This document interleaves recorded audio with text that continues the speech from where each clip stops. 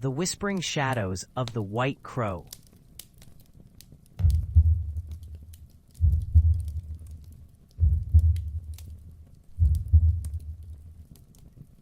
I found it deep in the forest on an overcast afternoon, the chilling kind of day that wrapped itself around you like a shroud. I had come out here needing isolation, a mental break from the chaos of the city, an escape from the incessant whine of electronics and chatter. But there, among the trees that twisted like the claws of some ancient beast, I would discover a darkness I couldn't have fathomed. The dense canopy above swallowed the light, casting shadows that danced across the forest floor. I loved the woods. They had always been a refuge for me since childhood. The soft crunch of leaves underfoot and the earthy smell of damp moss were comforting reminders that life thrived even in the darkest corners. Yet today, as I wandered deeper into this living maze, a gnawing unease took root. Perhaps it was the silence that unnerved me, the absence of even the slightest rustle from the wildlife. No birds sang, no squirrels darted among the branches. It was as though the world itself had drawn a breath and held it. I pressed on, the branches scratching at my arms as if trying to pull me back out. That's when I heard it, a cawing sound, guttural and resonant, but strangely distorted. I froze, scanning the branches above me, but all I saw were gray skies and twisted limbs. The caw sounded again, echoing through the trees, igniting a shiver that crawled up my spine. It was too deep, too wrong. My heart raced, but an inexplicable curiosity tethered me in place. The caw was a call, and I felt compelled to answer. I edged further, my senses heightened, every twig snap or rustle sending adrenaline coursing through my veins. The world felt slick and surreal around me, like I had stepped through the veil into another realm. A sudden chill settled over me, as if the air itself had turned cold, the kind of cold that seeps into your bones. And then I saw it. Perched on a gnarled branch, impossibly large and utterly unlike any crow I had ever seen, was a creature cloaked in white, its feathers so pale they shone like a ghost in the murky light. Its eyes were an eerie shade of violet, piercing and inscrutable. I stood transfixed, my breath hitching in my throat. With every heartbeat, the creature seemed to grow more imposing, a malevolent presence that filled the space between us. I had heard the stories whispered at campfires of the white crow, an omen and a harbinger of doom. Locals warned of its gaze. They said to meet its eyes is to invite tragedy. But here I was, frozen, as the crow cocked its head, studying me with a predatory curiosity. Hey, buddy, I stammered, more to break the spell than anything. You're something else, huh? My voice wobbled, uncertainty coiling in my gut like a snake. I took a step back, but something held me there, urging me to linger, to understand.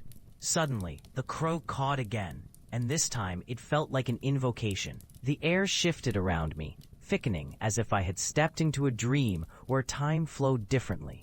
The weight of its gaze pinned me to the ground, blurring the edges of reality. I tried to look away, but my body betrayed me. Just a bird, I mumbled, but fear shrieked in the back of my mind. Just a bird. After what felt like an eternity, the crow launched itself off the branch, soaring past me, with a rush of wings like the clattering of bones. My heart hammered against my ribcage, and as it landed a few yards ahead, it turned to watch me once more, its unusual eyes glimmering with an unsettling intelligence.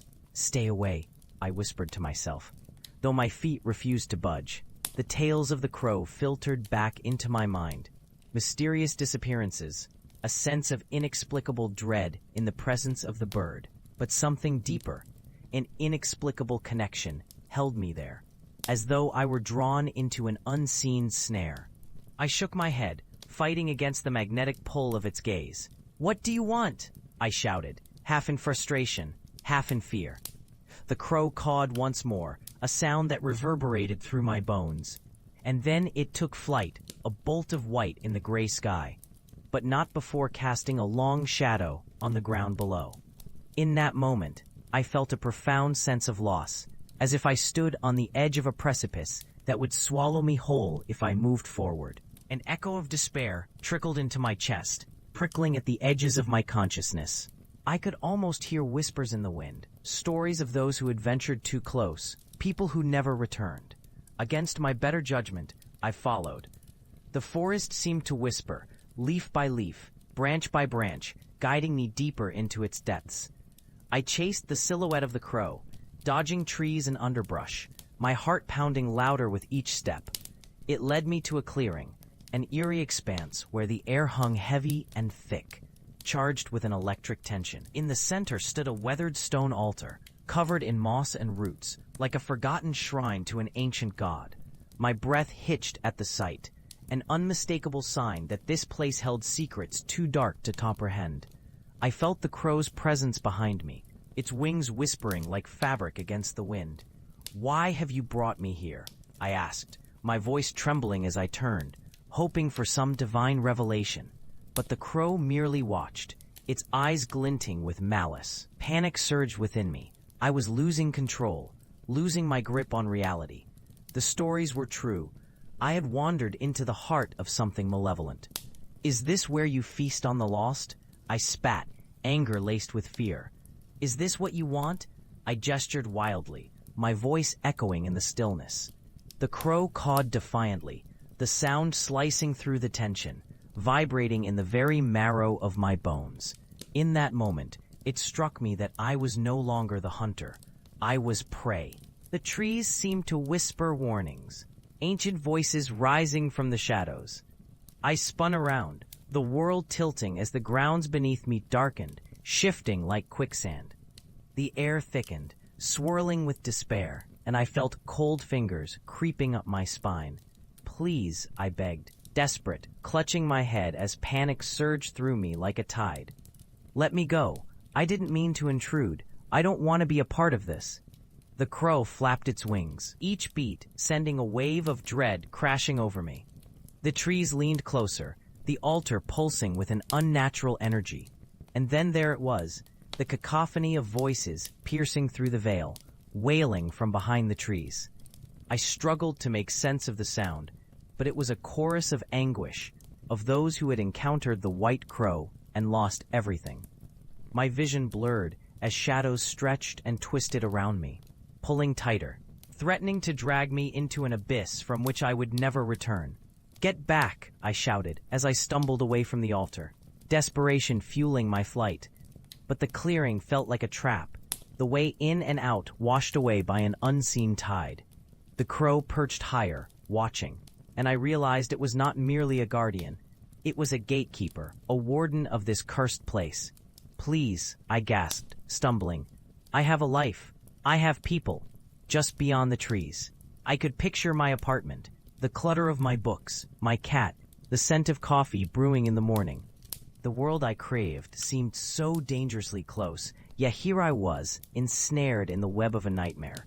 It cawed again, as if mocking my desperation.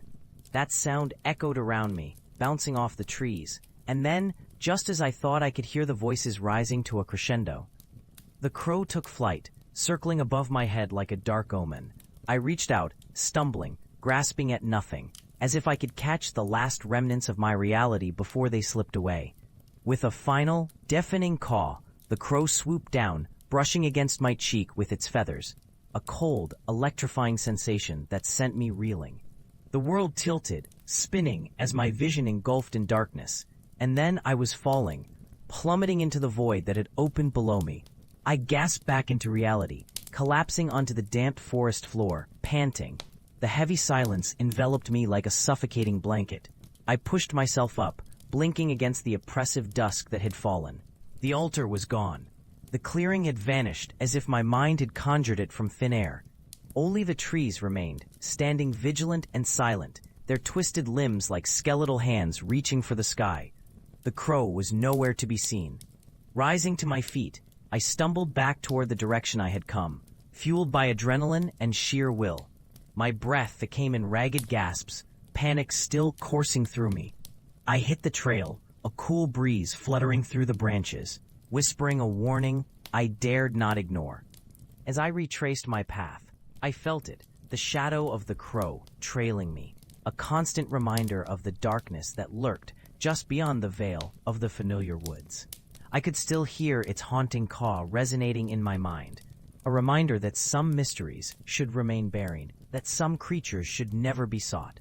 By the time I reached the edge of the forest, the sun was setting, the last light seeping away into the horizon. I was scraping the edge of panic, a deep-seated dread blooming as I turned to look back one last time. Nothing, just trees standing sentinel in the twilight. Yet as I turned away, I couldn't shake the feeling of being watched, the sensation of violet eyes tracking my every move. I made my way back to the car, every sense heightened, my heart pounding with trepidation. The stories of the White Crow were real, and the forest had proven a chasm of terror I had barely escaped. I vowed then to stay away. But at that moment, I knew deep down that its haunting call would echo in my dreams, a reminder that the shadows were alive, that they would always be waiting. And somewhere, out there, in the dark corners of the woods, the specter of the crow would be watching. The gravel crunched beneath my shoes as I approached my car, the familiar contours of the vehicle offering me a fleeting sense of safety. I opened the door, and the cold metal sent a shiver up my arm. I turned the key in the ignition, but the engine sputtered, a rattle of uncertainty breaking the fragile calm. "Come on," I muttered, twisting the key again.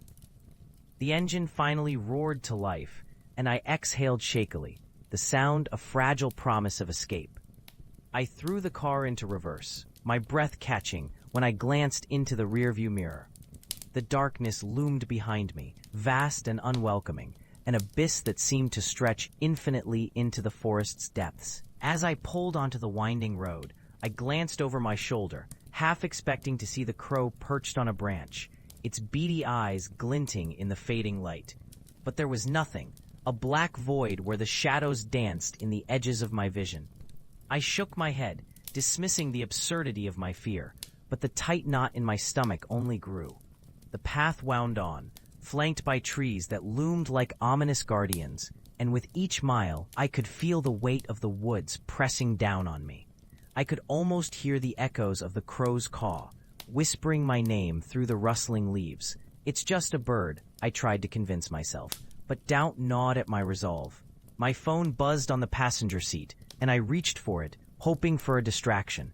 It was a text from my brother, a simple, "You okay? You were gone a while." A flicker of connection broke through my murky panic.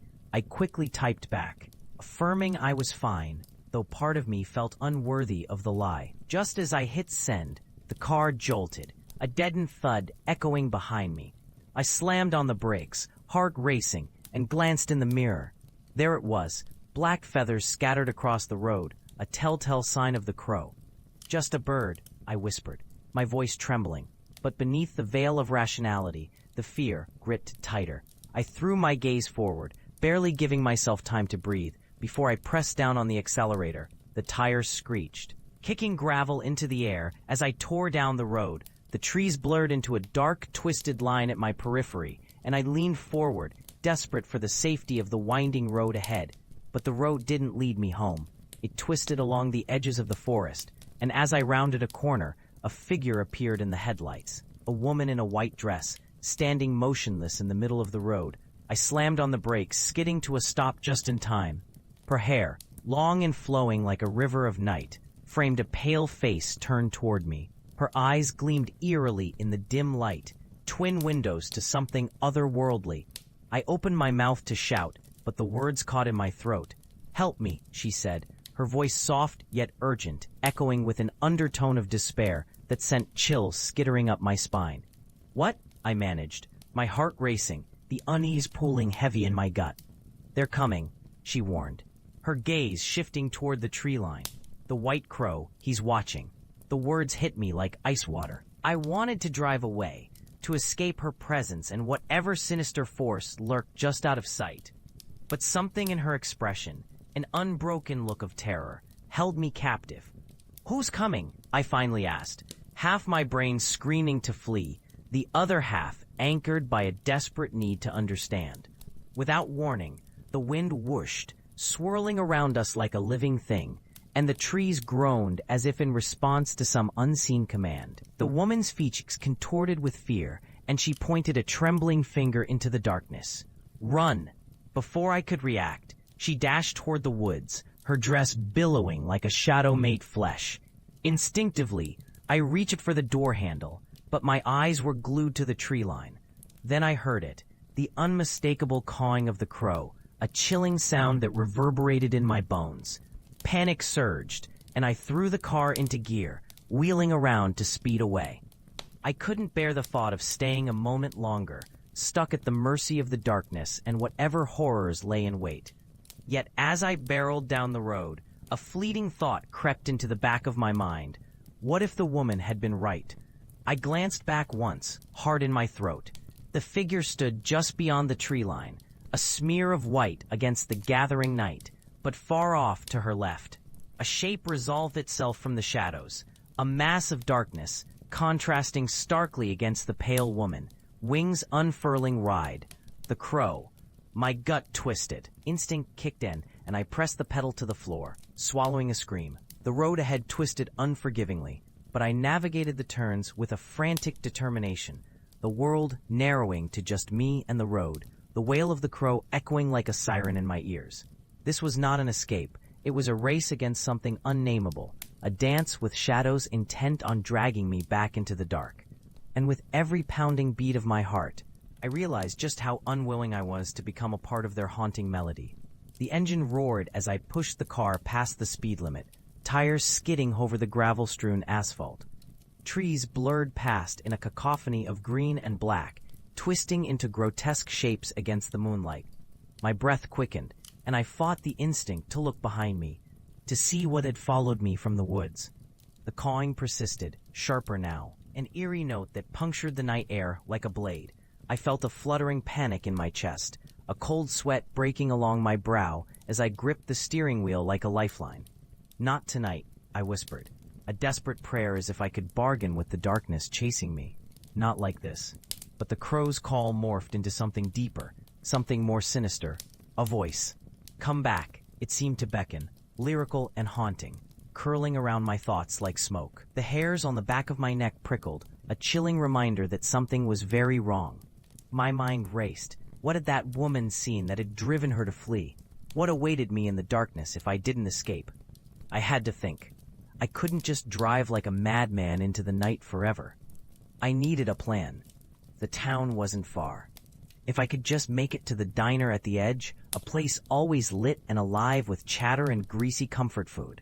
The thought of familiarity pushed me forward, and I rounded a corner, pushing the accelerator even harder, desperate for safety. There it was, an oasis of light shimmering in the distance, a flickering beacon amid the black.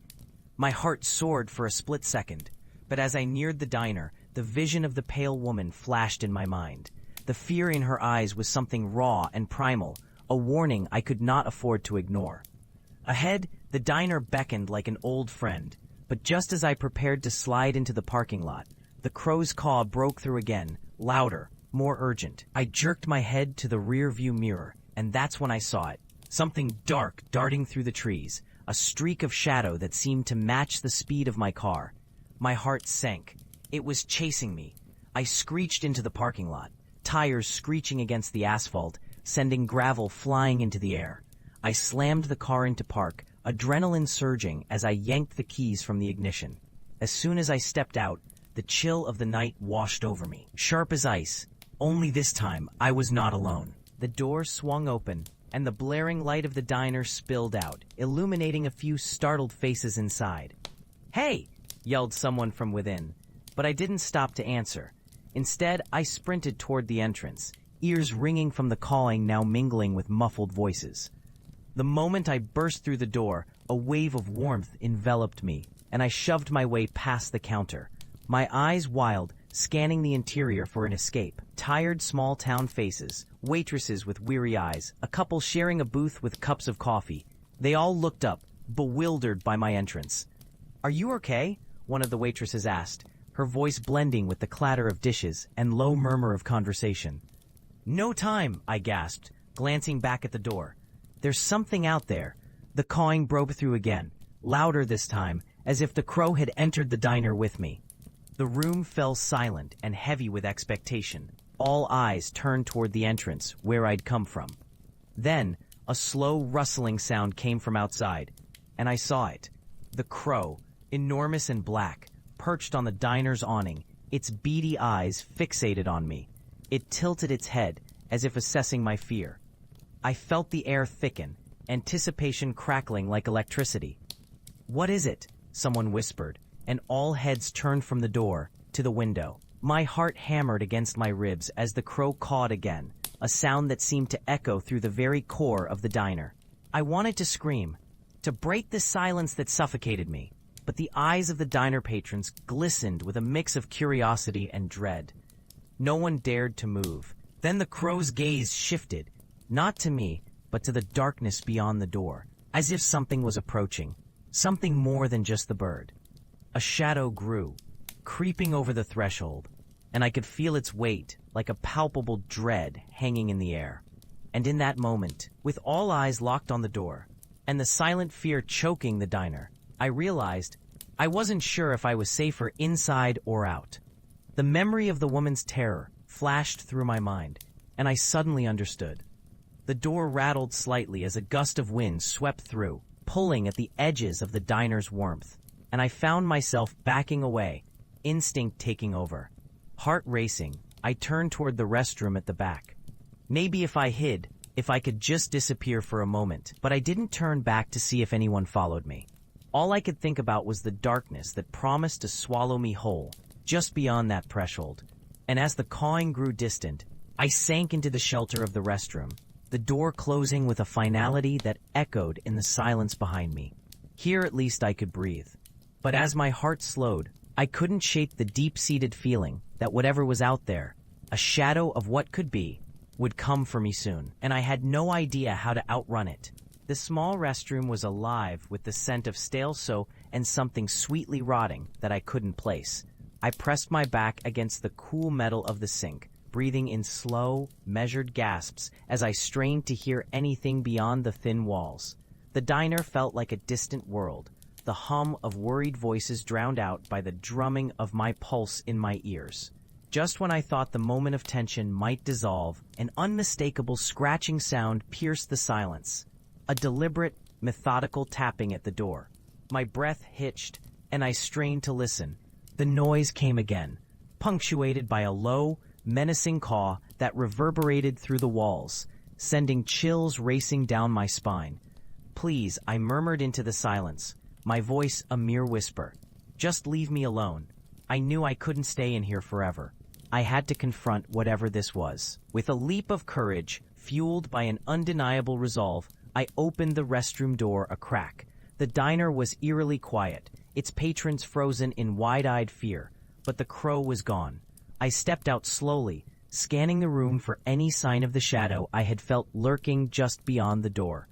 My skin prickled as I made my way back toward the main area, half expecting a cold grip to snag my ankle, pulling me back into the suffocating darkness. "What happened?" I heard a shaky voice ask from the corner booth, where an elderly woman clutched a half-eaten plate of fries like it was a lifeline. "It's coming," the man beside her muttered, his knuckles white as they gripped the table. I heard it, right before it got quiet. I swallowed hard, a lump forming in my throat. What did you hear?"